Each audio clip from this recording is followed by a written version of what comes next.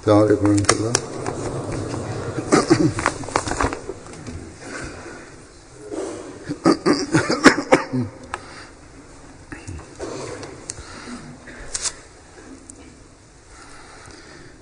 أشهد أن لا إله إلا الله وحده لا شريك له وأشهد أن محمدا عبده ورسوله أما بعد فأعوذ بالله من الشيطان الرجيم بسم الله الرحمن الرحيم الحمد لله رب العالمين الرحمن الرحيم مالك يوم الدين إياك نعبد وإياك نستعين اهدنا الصراط المستقيم صراط الذين أنعمت عليهم غير المغضوب عليهم ولا الضالين.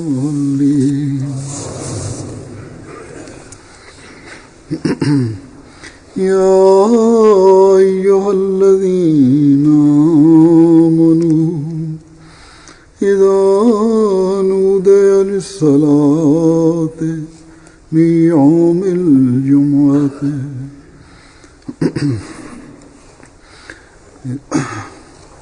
إذا نودي للصلاة من يوم الجمعة فاسعوا إلى ذكر الله وذروا البيع إن ذلكم خير لكم إن كنتم تعلمون.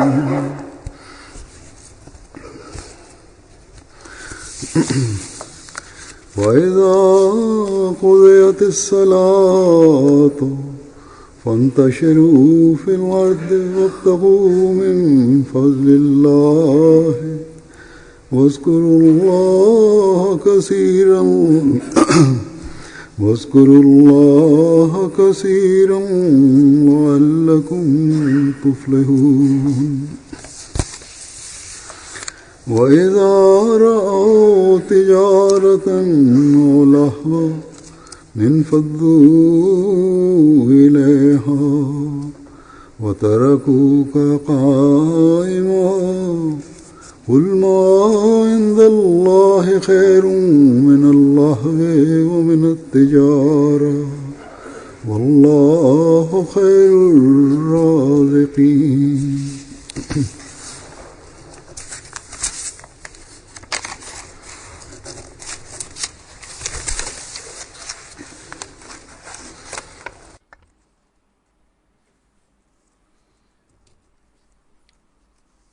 Allah hat die Fastentage für die Gläubigen verpflichtend gemacht und daneben auch gesagt, Ayyam Ma'dudat. Das heißt, es sind Tage, die man zählen kann. Der Ramadan begann und viele von uns haben gedacht, dass dies lange Tage sind, heiße Tage sind und 30 Fastentage in diesen Tagen schwierig laufen werden und vielleicht schwierig sein werden. Aber Allah hat gesagt, dass dies nur einige wenige Tage sind, die ihr zählen könnt und die werden vergehen. Heute ist der 25. Fastentag und viele Menschen schreiben mir, dass diese Tage vorübergegangen sind und sie haben dies gar nicht gespürt. In der Tat ist dies richtig, dass der Ramadan kommt, beginnt und man am Anfang denkt, dass dies sehr lange Tage sind.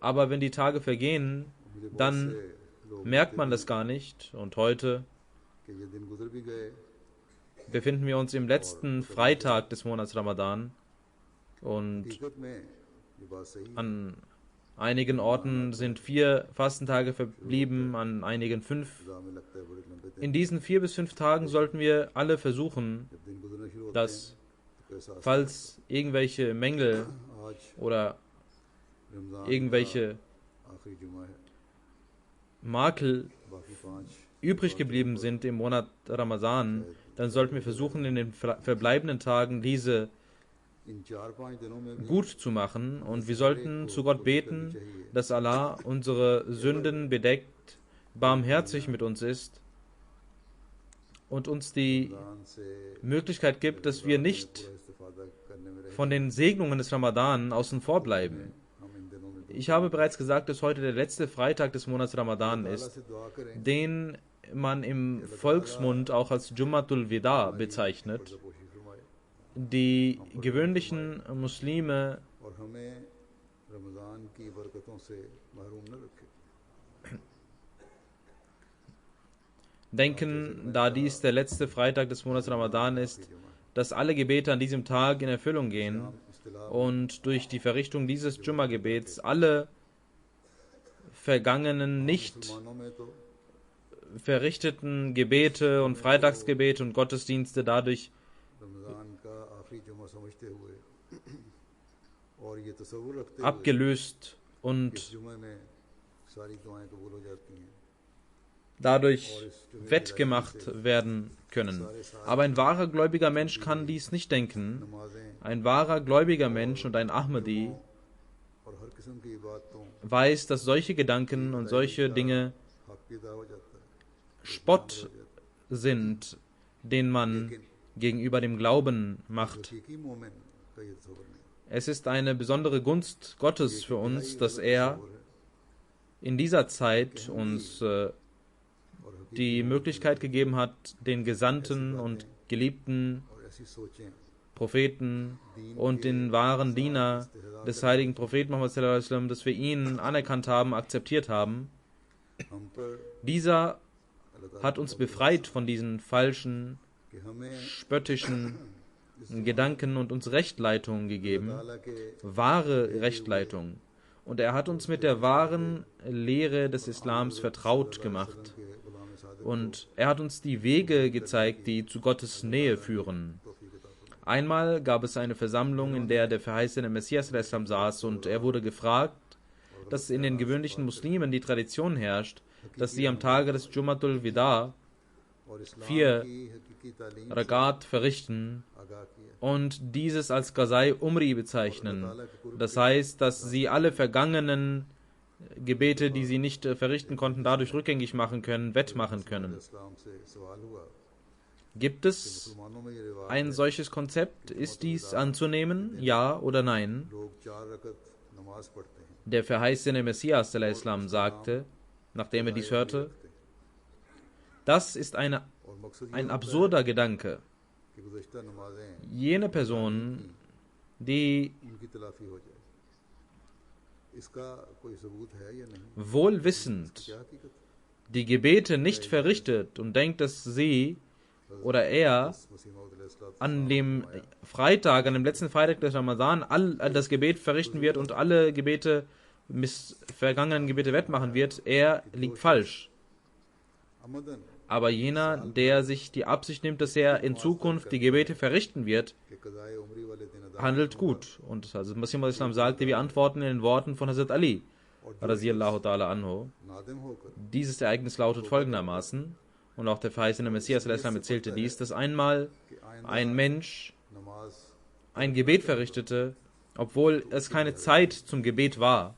Und eine andere तो Person इस मामले में sagte zu Hazrat Ali, radiyallahu anhu, Sie sind der Kalif der Zeit, हज़रत अली रज़ियल्लाहु अन्हु के warum verbieten Sie ihm das nicht, dass er an diesem falschen Zeitpunkt das Gebet verrichtet? Er antwortete, एक दफ़ा ich fürchte mich, बेवकूफ़ dass पढ़ ich रहा था nicht gemäß diesem Vers zu einem किसी शख्स ने हज़रत अली Tyrannen werde, nämlich, रज़ियल्लाहु अन्हु को कहा hast du nicht jenen gesehen, der den Menschen hindert zu beten, इसे मना क्यों नहीं करते daran hindert zu beten? नमाज पढ़ रहा है Hast du gesehen, jener Mensch, der die Menschen oder einen Menschen daran hindert, dass er betet? Ich möchte nicht unter diesem Vers fallen. Der verheißene Messias al-Islam sagt, nachdem er dieses Ereignis zitiert hat, wenn jemand Reue zeigt und sich und Sünden um Vergebung bitten möchte, dann lass ihn beten. Warum verbietet ihr ihm das? Er betet doch, lass ihn beten. Ja, aber das ist sicherlich mutlos. Aber Gott kennt das Verborgene. Deswegen hat auch Hazrat Ali radiallahu ta'ala anhu Vorsicht walten lassen. Und wie Allah gesagt hat, hast du nicht jeden gesehen, der den Menschen daran hindert, zu beten? Dass dies wichtig ist. Und er hinderte ihn also nicht daran, zu so einer solchen Zeit zu beten, wo es eigentlich nicht gewöhnlich ist.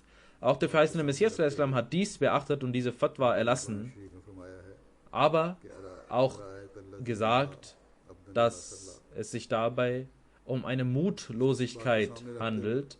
Es zeugt nicht von Tapferkeit, denn wenn man die Absicht hat, dass man mit dem Gebet alle Sünden vergeben lassen kann und sich gar nicht reformieren möchte, wenn das die Absicht ist, dass ich heute 4 Rakat verrichte und in Zukunft auch keine,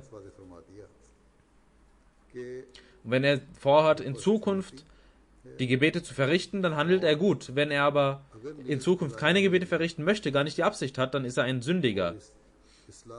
In der Jamaat Ahmadiyya gibt es kein Konzept von Qazai Umri, von diesem Gebet, das alle Gebete des Lebens ersetzt. Wir haben an den Imam der Zeit geglaubt und mit der Bedingung haben wir daran geglaubt, dass wir uns von üblen Traditionen und üblen Erneuerungen fernhalten werden und den Glauben immer der Welt vorziehen werden. Und wenn wir versprochen haben, dass wir den Glauben immer der Welt vorziehen werden, dann können wir gar nicht daran denken, von den Gebeten abzulassen oder von dem Freitagsgebet abzulassen. Für uns gibt es, wenn es ein Konzept des Jumatul Wida gibt, dann ist es ein ganz anderes Konzept des Jumatul Wida. Und es ist für einen wahren Ahmadi, muss dies auch das Konzept sein, nämlich wir wollen mit schwerem Herzen diesen Freitag verabschieden und beten, dass wir nicht den Freitag verabschieden, sondern wir scheiden aus diesem gesegneten Monat und aus diesen gesegneten Tagen. Und da der Freitag ein Tag ist, das Gebet, wo viele Menschen zusammenkommen und dies der letzte Freitag, das letzte Freitagsgebet in diesem Monat Ramadan ist, haben wir uns versammelt, alle zusammen und beten zu Allah, dass Allah, du uns die Möglichkeit geben sollst, dass alle Tage und Freitage, die wir im Monat Ramadan verbracht haben und die Segnungen, die wir im Monat Ramadan gesammelt haben, dass wir daran festhalten und alle unsere Fähigkeiten aufwenden, auch bis zum nächsten Ramadan zu warten und diesen willkommen zu heißen. Das muss unser Gedanke und unsere Denkweise sein. Wenn man einen Geliebten verabschiedet, dann verabschiedet man nicht ihn, um zu sagen, geh, du gehst weg und wir werden dich vergessen und dich nicht mehr sehen. Und wir werden dich jetzt vergessen und wir möchten gar nicht an dich denken. Wenn man seinen Geliebten verlässt, dann ist man traurig und denkt immer an diese Person. Man vergisst diese Person niemals. Wenn diese Menschen für immer einen verlassen, versucht man ihre guten Taten fortzuführen oder in ihrem Namen gute Tugenden zu verrichten, zu verbringen. Ein wahrer, gläubiger Mensch, für ihn betet man. Und jene, die temporär einen verlassen, aufgrund ihrer Beschäftigung, ihrer Aufgaben, von einer Stadt in die andere auswandern oder von einem Land in das andere gehen, jene Menschen vergisst man nicht, मोमिन wenn man sie liebt. तो उनके लिए दुआएं भी कर Und es gibt verschiedene Möglichkeiten, um in Kontakt zu treten, durch Telefon, durch verschiedene अपनी मुसफियात SMS oder andere Möglichkeiten. Es gibt heutzutage sogar durch Skype या एक मुल्क से दूसरे मुल्क मुंतकिल auch die Möglichkeit, seine Geliebten इंसान nicht nur zu hören, sondern auch zu sehen, was sie tun, was sie unternehmen. इस्तेमाल करते हुए Wenn man also einen geliebten Menschen verlässt, dann verlassen wir ihn nicht, damit wir ihn 1 Jahr oder 2 Jahre lang ihn vergessen werden und ihn vergessen möchten aus unserem Herzen. Wir werden dich vergessen und nie mehr an dich denken, wer du bist, अपने प्यारों की wer du warst. बातें सुने और उनकी हरकत और सकनात भी देख सकें Und wenn du uns wieder antreffen wirst, dann schauen wir, ob wir dich erkennen und ob wir deine Rechte erfüllen, ob wir dich noch lieben werden oder nicht. तुम्हारी याद Ist das etwa in den weltlichen Angelegenheiten und Beziehungen so? Hat man es gesehen, dass dies so passiert? Wenn कौन हो और jemand so handelt, dann werden die Menschen ihn als dumm und verrückt bezeichnen. तुम दोबारा मिलोगे तो फिर देखेंगे कि तुम्हारे हक Aber wenn die Frage nach jenem Wesen kommt, प्यार का सलूक रखा welches uns am liebsten ist, क्या कभी der Herr der Welten ist, ताल्लुकात में der uns ऐसा होता है किसी ने erzieht, aufzieht und alles gibt, अगर कोई der Gnädige, der Barmherzige ist, der sagt, लोग पागल कहेंगे ihr sollt den Glauben an mich vervollständigen, जब उस जात der sagt, का सवाल आता है ihr sollt eure Bindung der Liebe mit mir nicht aufgeben, der sagt, ihr sollt mir gehorchen, denn जो हमें सब ich liebe euch mehr als alle anderen Rahman है रहीम und ich habe das Recht, am meisten geliebt zu werden als alle anderen, कि मेरे पर ईमान der uns sagt, को कामिल करो ihr sollt immer an mich जो denken. ये कहता है कि Und wenn wir ihm antworten, O Allah, ना तोड़ो du bist sehr ये barmherzig, कहता है du hast uns deine Gedanken बातें gegeben, मानो du hast uns कि सब प्यारों से durch die बढ़कर Fastentage प्यार करने वाला und durch diese zählbaren Tage ये जाने का warst du bei uns. Und jetzt जो ये कहता sind है wir frei, कि मेरी यादों को ताज़ा रखो freigestellt. उसे हम कहें Welcher Allah, welcher Gott, wer bist du denn? तेरी बड़ी मेहरबानी Wir werden nach diesem Freitag dich verabschieden. यादों और अपनी Und mit diesem Abschied werden wir uns völlig für ein ganzes Jahr बात से dich vergessen. हमें गुजार दिया Ein ganzes Jahr lang werden wir warten und dich vergessen. Und wenn der nächste Ramadan kommt, dann werden wir schauen und sehen, ob wir Gottesdienste verrichten und wieder an dich denken. Und wenn wir noch leben und gesund sind, werden wir versuchen, और इस विदा के साथ अब हम मुकम्मल तौर पर wohl oder übel, seine Rechte zu erfüllen.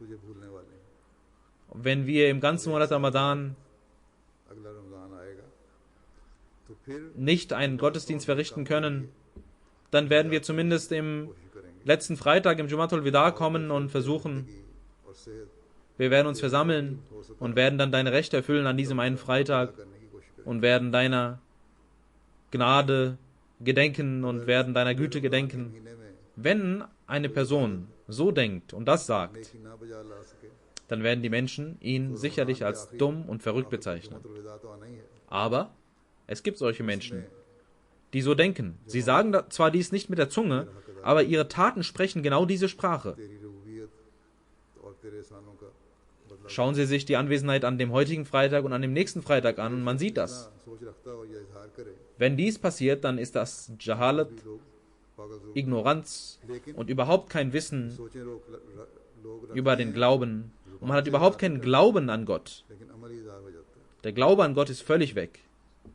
Das kann nicht der Gedanke eines gläubigen Menschen sein. देखने से पता Ein gläubiger Mensch ist viel höher gestellt als diese अगर Sachen. ये चीज है Ein gläubiger Mensch जहालत lässt die Tugenden, die Gott ihm gegeben hat, die rechtschaffenen Taten fortführen. Er bedankt sich bei Gott. Er ist voller Dank gegenüber Gott. Er geht durch den Monat Ramadan एक मोमिन की und möchte das Wohlgefallen Gottes erlangen, मोमिन तो इन बातों से wenn er die Gebote Gottes befolgt मोमिन तो अल्लाह ताला की बताई हुई नेकियों को und जारी रखता den Ramadan verlässt, है वो तो dann mit अल्लाह ताला schwerem की Herzen, गुजारी के जज्बात से dass wir zwar nun den Ramadan verlassen, aber Ramzan में से गुजरता है die Gedanken an diesen Tagen, अल्लाह की an diese Tage werden wir immer lebendig halten in unserem Herzen. Die schönen Dinge, die rechtschaffenen Dinge, die wir im Ramadan gelernt haben, die werden wir immer wiederholen, die werden wir weiterführen. Die Aufmerksamkeit, die wir den Gottesdiensten gewidmet haben im Monat Ramadan, werden wir lebendig halten. Und niemals werden unsere Schritte von deiner Nähe sich entfernen. Wir haben seltsame Anblicke deiner Liebe gesehen. Wir versuchen zu dir zu gehen und du läufst zu uns ganz schnell. Behenden Schrittes kommst du zu uns. Wie kann es sein, dass wir aufgrund unserer weltlichen Beziehungen und Bindungen den vergessen, der uns am meisten liebt, seine Gedanken nicht mehr bei uns haben, an ihn nicht mehr denken, seiner Güte nicht mehr gedenken?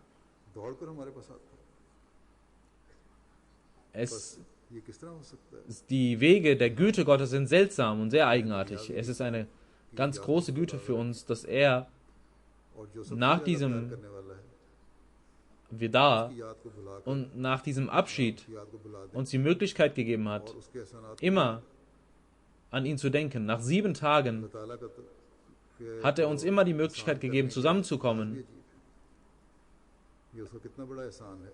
Und auch nach dem Jumatul Wida kommt ein Freitag. Natürlich hat er ein Jahr Wartezeit für den nächsten Ramadan gelassen, aber für seine Liebe und für seine Segnungen hat er uns nicht eine Zeit gegeben, von der wir von den Segnungen außen vor bleiben. Alle 7 Tage hat er uns den Freitag gelegt, um genau jene Segnungen zu sammeln, die wir am Tage des Jumatul Wida bekommen müssten und bekommen müssen und bekommen. Der heilige Prophet Muhammad sallallahu alaihi wasallam hat gesagt, dass während des Freitags eine Zeit kommt, wenn der Muslim betet, aufsteht und betet, dann wird ihm jedes Gebet, was er verrichtet, erhört. Aber dieser Zeitpunkt ist sehr klein. Dieser Zeitpunkt, dieser Augenblick kommt auch an jedem gewöhnlichen Freitag. Genauso wie im letzten Freitag des Monats Ramadan. Dieser Augenblick ist genauso lang wie in dem letzten Freitag des Ramadan.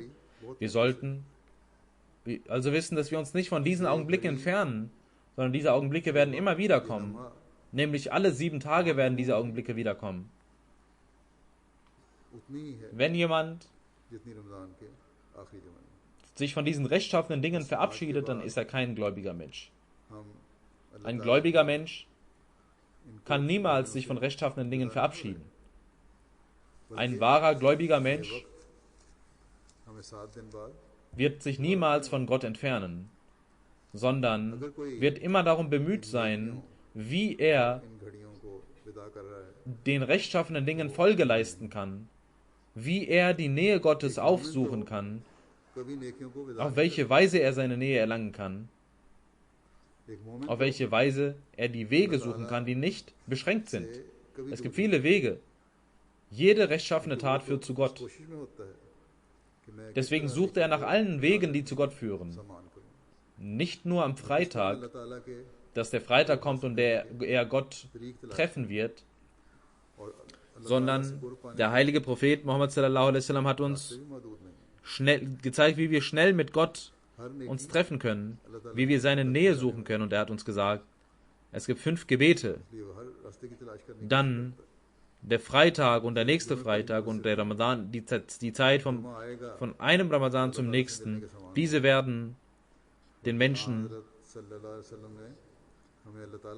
diese Dinge werden wie eine Sühne für den Menschen, wenn er sich von großen Sünden entfernt. Er hat uns also die Möglichkeit gegeben, 5-mal am Tag Gott aufzusuchen durch die Gebete und eine Bindung mit Gott einzugehen, den Kontakt zu Gott zu suchen. Dann werdet ihr immer von der Vergebung Gottes profitieren, von der Barmherzigkeit Gottes profitieren, mit der Bedingung, dass ihr nicht wohlwollend selbst in großen Sünden verwickelt bleibt. Ihr sollt an jedem Freitag teilnehmen und ihr sollt an an dem Augenblick teilhaben, welcher der Augenblick der Erhörung der Gebete ist, dann werdet ihr immer auf den rechtschaffenen Wegen wandeln und voranschreiten. Die Veränderungen, die ihr im Monat Ramadan erlangt habt, sollt ihr das ganze Jahr weiterführen und nicht in Sünden verfallen. Dann wird nicht nur der Monat Ramadan, sondern das ganze Jahr werdet ihr unter der Barmherzigkeit Gottes und unter der Vergebung Gottes sein. Und ihr werdet euch von dem Feuer erretten können. Heute soll jeder versprechen, dass dieser Freitag, dieser Ramadan uns die Möglichkeit geben möge, dass wir immer an unsere Gebete denken werden, immer an die Verrichtung des Freitagsgebets, des Jummas denken werden. Und alle rechtschaffenen Taten, die wir im Monat Ramadan getan haben und gelernt haben, werden wir bis zum nächsten Ramadan weiterführen und uns darum bemühen, die Gottesdienste und rechtschaffenen Dinge, auf die wir aufmerksam geworden sind im Monat Ramadan, diese sollten wir weiterführen. Und wir müssen versprechen, diese weiterzuführen. Das muss ein Versprechen sein, damit wir uns gut auf den nächsten Ramadan vorbereiten können, Istighfar machen können und uns antrainieren können.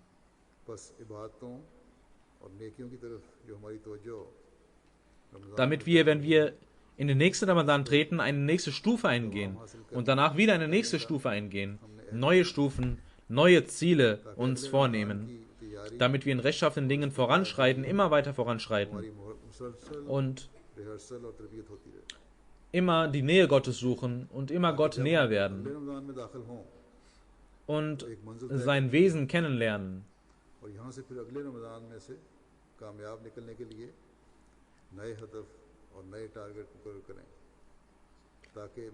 Es gibt viele von uns, die noch große Stufen der Gottesnähe erklimmen müssen. Wir können nicht sagen, dass wir alle Stufen erklommen haben. Wenn wir, um diese Stufen zu erklimmen, nur auf den Monat Ramadan warten, dann werden lange Zeiten vergehen und unsere Ziele werden nicht zu uns gelangen. Wir werden unsere Ziele nicht erlangen. Auch wenn ein ganzes Leben verbracht wird, weil ein ganzes Jahr der Untaten und der nicht verbrachten Taten wird uns wieder zurückführen zu der ersten Stufe, wo wir schon vorher standen. In diesem Monat Ramadan habe ich Freitagssprachen angehalten, in denen es um Taqwa, Dua und um die Gebote Gottes ging, worin das wichtigste Gebot das Gebot der Gottesdienste ist. Denn das ist der Sinn unseres Lebens. Genauso die Rechte untereinander und hohe moralische Werte.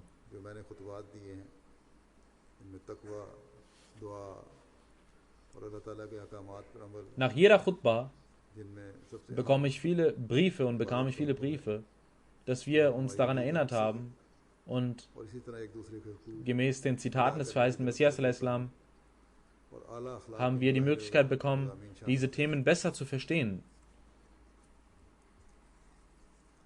Aber das ist gut.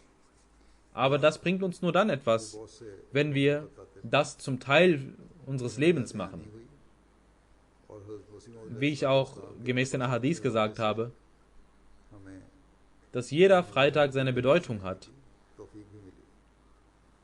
Und die Bedeutung des Freitags hat nichts mit dem Ramadan zu tun und mit dem letzten Freitag im Ramadan zu tun, sondern die Bedeutung von Ramadan ist eine ganz andere. Die Bedeutung des Monats Ramadan liegt darin, wenn wir standhaft und regelmäßig die Freitagsgebete immer weiter verrichten werden und wenn wir uns um unsere 5 Gebete kümmern werden, immer wieder. Immer weiter. Der Ramadan ist gekommen, um uns zu sagen, dass wir uns versammeln müssen und gemeinsam das Gebet verrichten müssen und das Freitagsgebet und die Gebete, die wir zusammen gelernt haben zu verrichten, diese solltet ihr nicht ruhen lassen. और 5 नमाजों की तरफ भी Und तवज्जो रहे। ihr sollt es beschützen bis zum nächsten Ramadan. तो हमें ये बताने आया Diese Verse, die ich rezitiert habe, कि इज्तिमाई रंग में auch in diesen नमाजों hat Allah auf die Bedeutung des Freitags hingewiesen. और शऊर पैदा हुआ Die है। Übersetzung lautet: इसको अब खत्म O, die ihr glaubt, wenn der Ruf zum Gebet am Freitag erschallt, करना dann eilet zum Gedenken Allahs जो मैंने तिलावत की है। und lasset den Handel ruhen. Das ist besser für euch, wenn ihr es nur wüsstet. इसका तर्जुमा यूं है कि ऐ वो लोगो जो ईमान लाए हो, Und im nächsten Vers sagt Allah: जब जुमे के दिन Und wenn das Gebet beendet ist, बुलाया जाए तो अल्लाह dann zerstreut euch im Land करते हुए बढ़ा करो। und trachtet nach Allahs Gnadenfülle und gedenket Allahs häufig, auf dass ihr Erfolg habt. Und der letzte Vers lautet, der letzte Vers der Suratul Jummah: अगली आयत ये है, बस Doch wenn sie eine Ware sehen oder ein Spiel, की हो तो जमीन में मुंतशिर हो जाओ dann brechen sie sogleich dazu auf में से कुछ und lassen dich stehen. और अल्लाह को बकसरत Sprich, करो ताकि तुम कामयाब हो जाओ। was bei Allah ist, das ist besser als Spiel und Ware. ये आखिरी आयत Und Allah ist der beste Versorger. आखिरी आयत है। और जब Hier wurde insbesondere auf das Freitagsgebet und auf die Teilnahme an Freitagsgebet hingewiesen. और तुझे अकेला खड़ा हो Wenn ihr den Freitagsgebet hört oder heutzutage, अल्लाह के पास weiß jeder, hat jeder Uhren, wann das Freitagsgebet stattfindet. Es gibt feste Zeiten. करने वालों में Wenn ihr seht, dass die Zeit des Gebets, des Freitagsgebets anbricht, dann sollt ihr alle eure Handel und eure Aufgaben und eure जुमों में Berufe ruhen lassen und zum Gebet eilen. Und auch die Chutba ist ein Teil des Gebets. Deswegen sollt ihr nicht müßig sein, dass ihr bis zum Gebet ankommen werdet und dass ihr zum Gebet da sein werdet, sondern कि जुमे का वक्त हो गया है, ihr müsst zum Freitags, auch zur Ansprache erscheinen, कारोबार बंद करो zur Freitagsansprache. और खुद In dieser Zeit, नमाज का ही हिस्सा है। möchte ich auch sagen, hat Allah, कि नमाज शुरू und das ist eine sehr wichtige Sache, dass Allah uns MTA gegeben hat. बल्कि In Europa und in vielen Ländern von Afrika की कोशिश करनी चाहिए। ist auch die Zeit des Freitags gleich wie hier. इस जमाने में Und solange dies so ist, dann muss die Freitagsansprache des Kalifen der Zeit sich angehört werden. Es ist eine Güte Allahs auf uns, dass er uns durch diese Möglichkeit die Möglichkeit gegeben hat, eine Einheit in der Jamaat zu haben. जुमे का वक्त भी एक ही है। Da, wo es Zeitunterschiede gibt, इसलिए auch dort müssen die Ahmadis die Freitagsansprache sich anhören, तो जब है live oder वक्त का aufgenommen. Und es gibt auch Zitate aus der Freitagsansprache, कि उसने इस सहूलत के aus जरिए denen man profitieren sollte. Und dort, wo Mubalirin, Murabian ihre Freitagsansprachen halten, sollten sie aus meiner Freitagsansprache lange Zitate nehmen an diesen Tagen, वहाँ भी हम an diesem Tag oder am nächsten Tag, अगर live wie auch immer die Zeit ist, recording सुन लें oder और इस तरह oder nächste Woche sollten sie diese Freitagsansprache zitieren, खुतबात देने वालों को wenn man मुबल्लिगीन in den Ländern geht. देते हैं उनको In den westlichen kann man das morgens tun und in den इस दिन östlichen Ländern या उसी दिन ist jetzt schon Abend und sie können das nächste Woche zitieren. दिन नहीं अगले हफ्ते Das ist ein gutes Mittel, ein großes Mittel, um eine Einheit in der Jamaat zu schaffen. Eid जाएंगे तो वहाँ सुबह Und die Zeit des verheißenen Messias al-Islam wurde mit dem Freitag verknüpft. Und गुजर चुका है Allah hat durch diese Erfindung die Freitagsansprache des Kalifen der Zeit zu einem Teil dessen gemacht. ये एक बहुत बड़ा जरिया Und im है zweiten Vers hat Allah verdeutlicht, dass wenn ihr Aufgaben habt, Berufe habt, dann könnt ihr sie vor dem Freitagsgebet und nach dem Freitagsgebet tun, aber vor allem das Freitagsgebet ताला ने sollte eine Zeit sein, wo ihr diese Dinge ruhen lässt. Und wenn ihr dies tut, भी उसका एक dann werdet ihr durch die Segnungen Gottes auch in euren weltlichen Berufen und Jobs und Angelegenheiten Segnungen finden. अगर Wenn es Menschen gibt, die an dem Freitagsgebet nicht teilnehmen, weil sie denken, dass ihre weltlichen Berufe के und वक्त खास तौर पर Jobs Leid ertragen werden, dann ist das falsch und es wird ihnen Schaden zufügen. Denn Allah ist dafür zuständig, Früchte zu geben und Segnungen zu geben. Das ist die Aufgabe Allahs. Deswegen sollt ihr wissen, wenn ihr Allah nicht gehorcht, dann werdet ihr keine Segnungen in der Arbeit haben. Und wenn ihr Allah gehorcht, dann werdet ihr Segnungen in euren Arbeiten bekommen. Und dann sagt Allah, euer Handel, euer weltlicher Handel, eure Spiele sollen euch nicht daran hindern, am Freitagsgebet teilzunehmen. Vor allem in der heutigen Zeit sehen wir, und wie ich gesagt habe, in dieser Zeit, diese Zeit hat sehr besonders mit der Zeit des verheißenen Messias zu tun. Deswegen hat Allah gesagt, dass euer Handel nicht nur beschränkt ist lokal. Es gab früher nur lokalen Handel. Es gab Märkte, da ging man hin und verkaufte man seine Ware. Und das war auf eine Stadt beschränkt. Aber heute sind die Handel nicht beschränkt auf Städte, sondern sie sind international geworden. Und ihr seid noch stärker damit verbunden und noch stärker damit beschäftigt. Ihr seid mit euren Spielen und Waren beschäftigt, die international geworden sind, die die Beschränkungen der Zeit nicht kennen. Tag und Nacht seid ihr beschäftigt. Aber ein gläubiger Mensch muss unbedingt die Bedeutung des Freitags vor seinen Augen haben, denn die größte Priorität eines wahren gläubigen Menschen ist das Wohlgefallen Allahs. Und das muss die Priorität eines gläubigen Menschen sein. Die Gefährten des heiligen Propheten Muhammad sallallahu alaihi wasallam waren rein aufgrund der Heiligkeit des heiligen Propheten Muhammad sallallahu alaihi wasallam. Und sie wollten die Nähe Allahs suchen, stets. Über sie kann man sich gar nicht denken, dass sie im Handel beschäftigt wären oder im Spiel beschäftigt wären und zum Freitagsgebet nicht kommen würden. Und man kann damals konnte man natürlich auch den Handel anpassen an die Zeit. Dieser Vers spricht von unserer Zeit, von der heutigen Zeit, von der Zeit des verheißenen Messias al-Islam.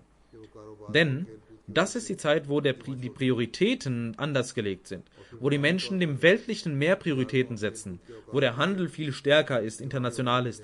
24 Stunden gibt es Handel und Spielchen und Warentausch. Die Welt rückt enger zusammen. Durch die Medien kann man von zu Hause aus sich mit Dingen beschäftigen, mit der ganzen Welt beschäftigen. Von zu Hause aus kann man sich daran beteiligen. Allah sagt, in einer solchen Zeit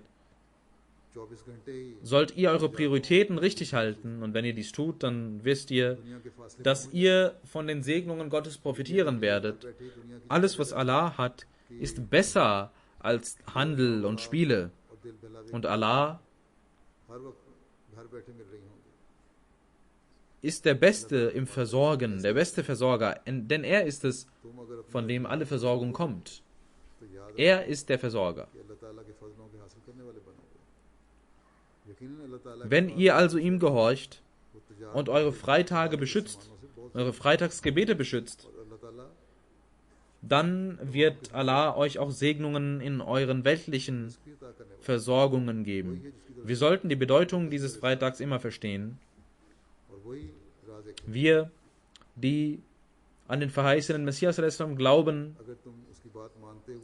für uns kann es nicht angebracht sein, auf irgendeine Art und Weise, dass wir nur im Monat Ramadan uns um den Freitag kümmern oder nur zum Jumatul Wida uns darum kümmern. Die Wichtigkeit des Freitags möchte ich noch weiter verdeutlichen anhand von Aussagen des heiligen Propheten Muhammad sallallahu alaihi wasallam. Der heilige Prophet Muhammad sallallahu alaihi wasallam hat über die Wichtigkeit des Freitagsgebets gesagt: Wenn der Freitag kommt, dann kommen zu jeder Tür der Moschee Engel, und derjenige, der als erster kommt, wird als erster aufgeschrieben, und mit der Reihenfolge werden alle Menschen aufgeschrieben, bis wenn der Imam nach dem Freitagsgebet sitzt, dann schließen die Engel ihre Bücher. Diejenigen, die aufgrund ihrer weltlichen Angelegenheit als Letzte kommen, sie werden als Letzte aufgeschrieben. Und über diejenigen, die als Letztes aufgeschrieben werden, gibt es nur wenig Lohn. Es heißt sogar, dass der Letzte, der kommen wird, so viel bekommt wie ein Ei einer Henne und derjenige, der als Erster kommt, so viel Lohn bekommt, wie ein Kamel groß ist. Das sind Gleichnisse, die euch verdeutlichen sollen, dass ihr, wenn ihr nur in der Moschee wart und nur kurz da wart und denkt, dass es gut ist, und wenn ihr früher gekommen seid, dass ihr eure Zeit verschwendet, nein, das ist keine Zeitverschwendung, sondern ihr bekommt einen größeren Lohn, wenn ihr früher kommt. Und diejenigen, die spät kommen, werden nicht so viel Lohn bekommen. Diejenigen, die als Erste kommen, zeichnen sich aus. Sie machen Zikr Ilahi. Und das alles führt sie zu der Nähe Gottes. Und darüber hat der heilige Prophet Muhammad sallallahu alaihi wasallam gesagt, die Leute werden am Tage des jüngsten Gerichts so vor Allah sitzen, wie sie zum Freitag kamen, der erste, zweite, dritte und der vierte. Auch der vierte wird ganz nah an Gott sein.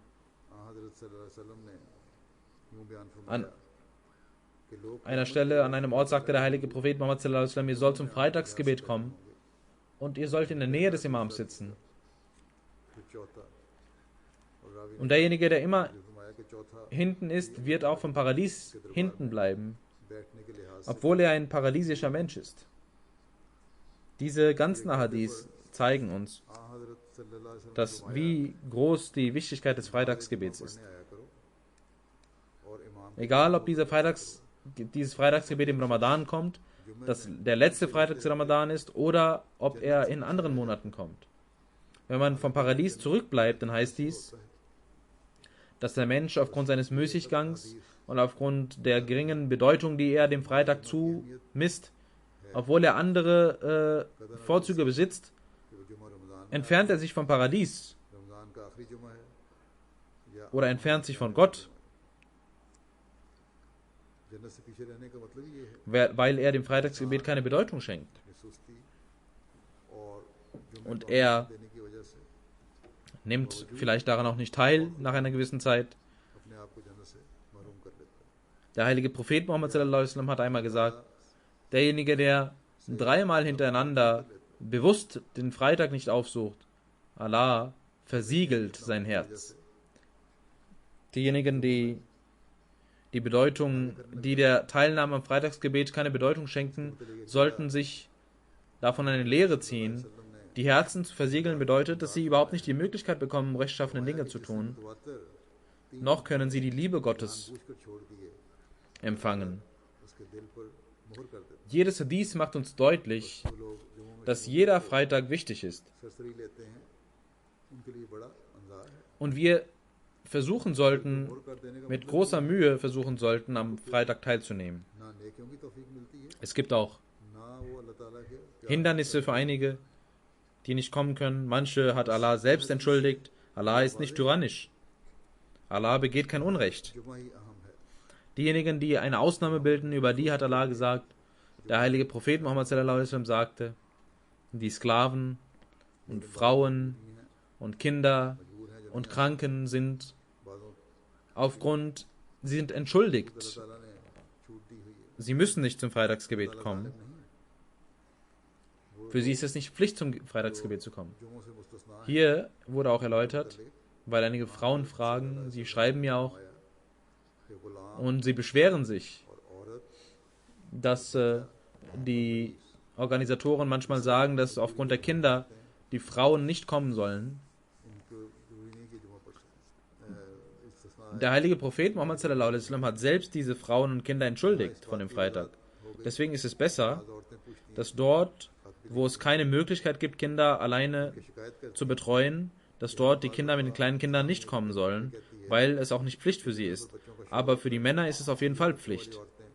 Der verheißene Messias al-Islam wurde auch einmal über die Frauen gefragt Und der verheißene Messias Islam antwortete, das, was von der Sunna belegt ist, ist das Wichtigste.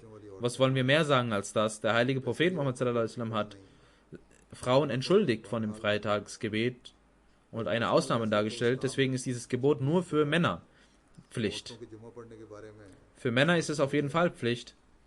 Auch, das heißt, wenn sie nicht krank sind oder eine sehr wichtige, keine wichtige Ausnahme haben, keine wichtige Entschuldigung haben, dann müssen sie zum Freitagsgebet kommen. Der verheißene Messias al-Islam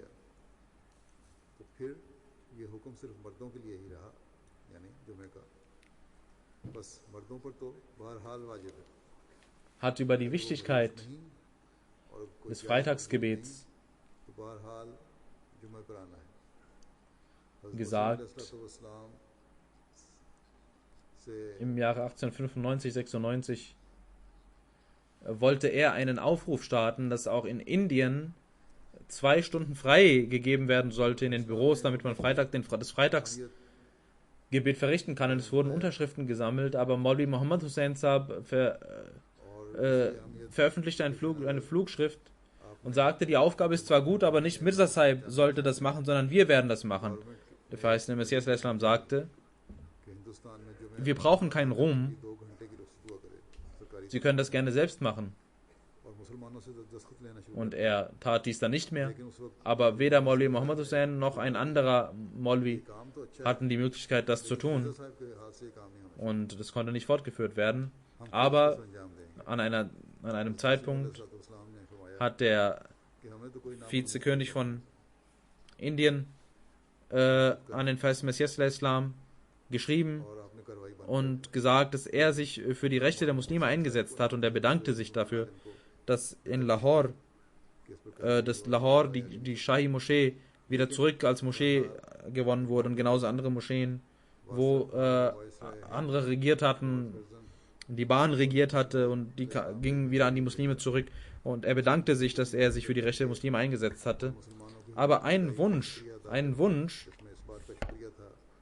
ist immer noch übrig geblieben, sagte er, und sie hoffen, dass genau die Hände, die auch die anderen Rechte ihnen gegeben haben, dass diese Hände den Muslimen auch diesen Wunsch erfüllen, nämlich der Wunsch lautet, dass der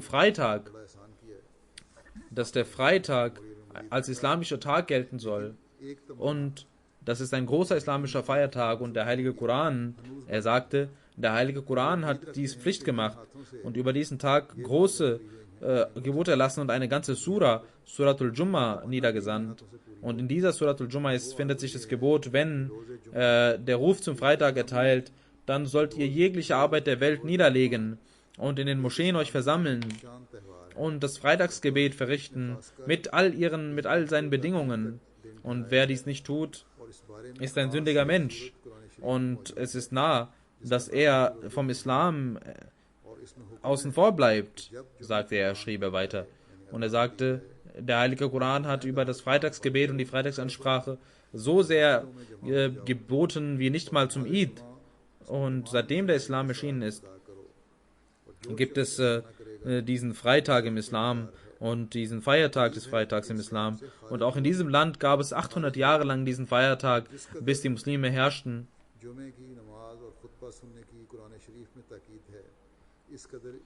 Dann sagte er, es gibt hier 3 Völker, Hindu, Muslime und Christen. Hindus haben ihre Rechte bekommen. Die Christen haben ihre Rechte bekommen, nämlich am Sonntag, und sie können sich daran halten. Aber diese dritte Gruppe Muslime sind außen vor von ihrem Feiertag, nämlich von dem Freitag. Dann sagte er weiter,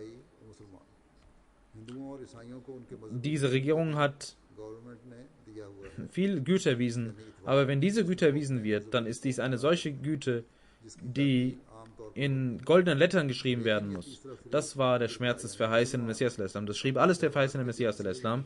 Und das war der Schmerz, den er hatte, dass die Muslime beten sollten.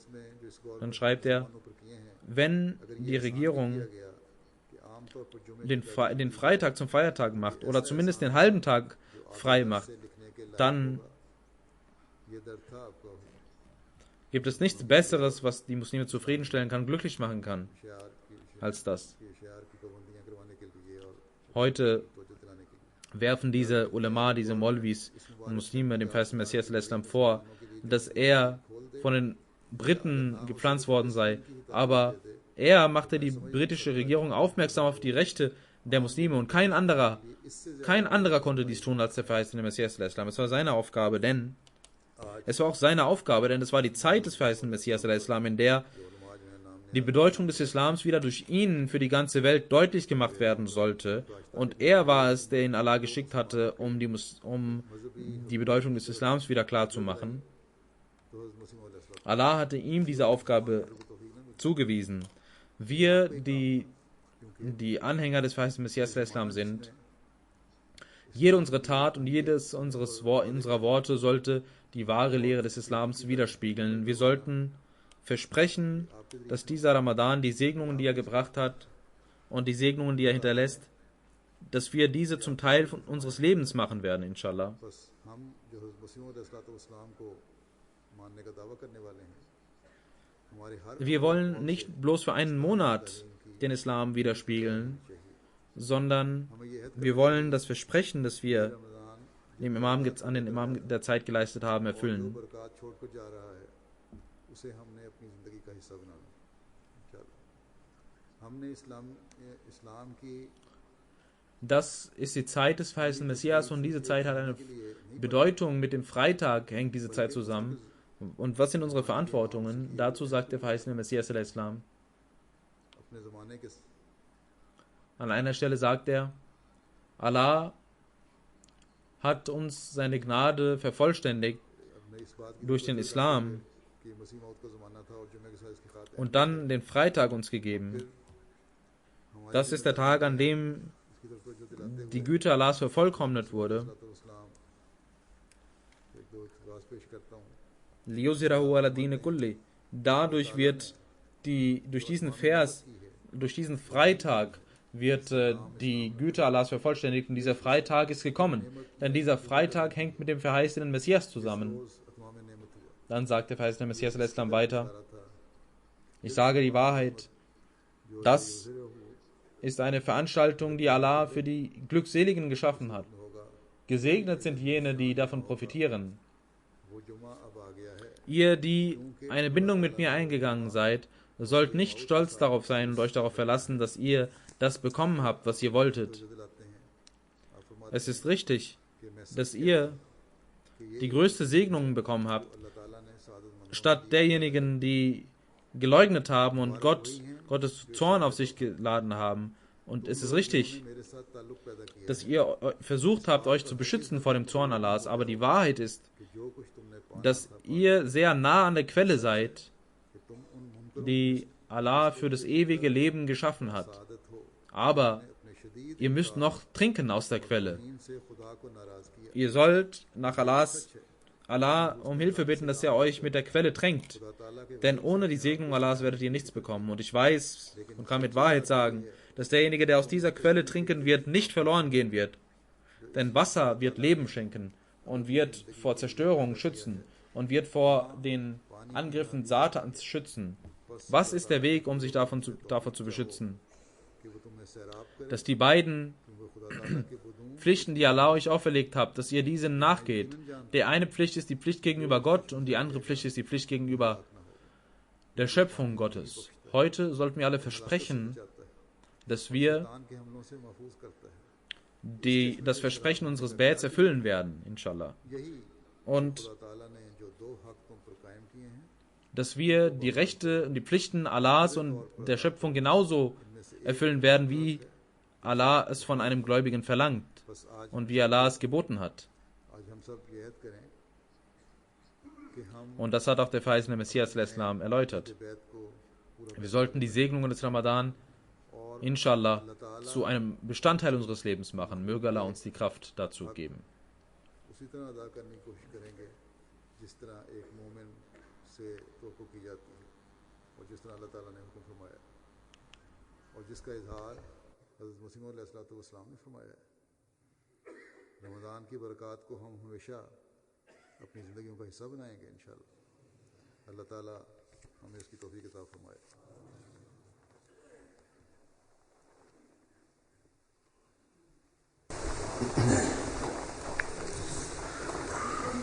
अल्हम्दुलिल्लाह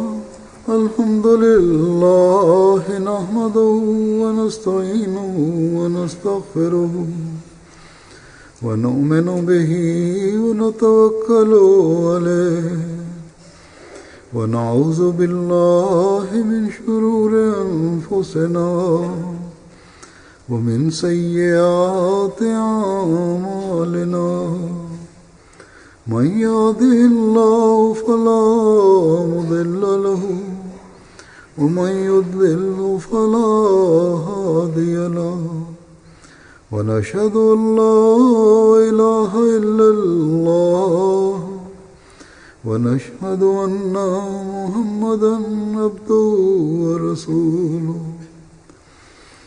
इबादल्लाहि रहिमकुमुल्लाह इन्नल्लाह यअमुरु बिल-अद्लि वल-इहसान व ईताइ ज़िल-क़ुर्बा व यन्हा अनिल फ़हशाइ वल-मुनकरि वल-बग़य य'iज़ुकुम लअल्लकुम तज़क्करून उज़्कुरुल्लाह यज़्कुरुकुम वद'ूहु यस्तजिब लकुम वलज़िक्रुल्लाहि अकबर।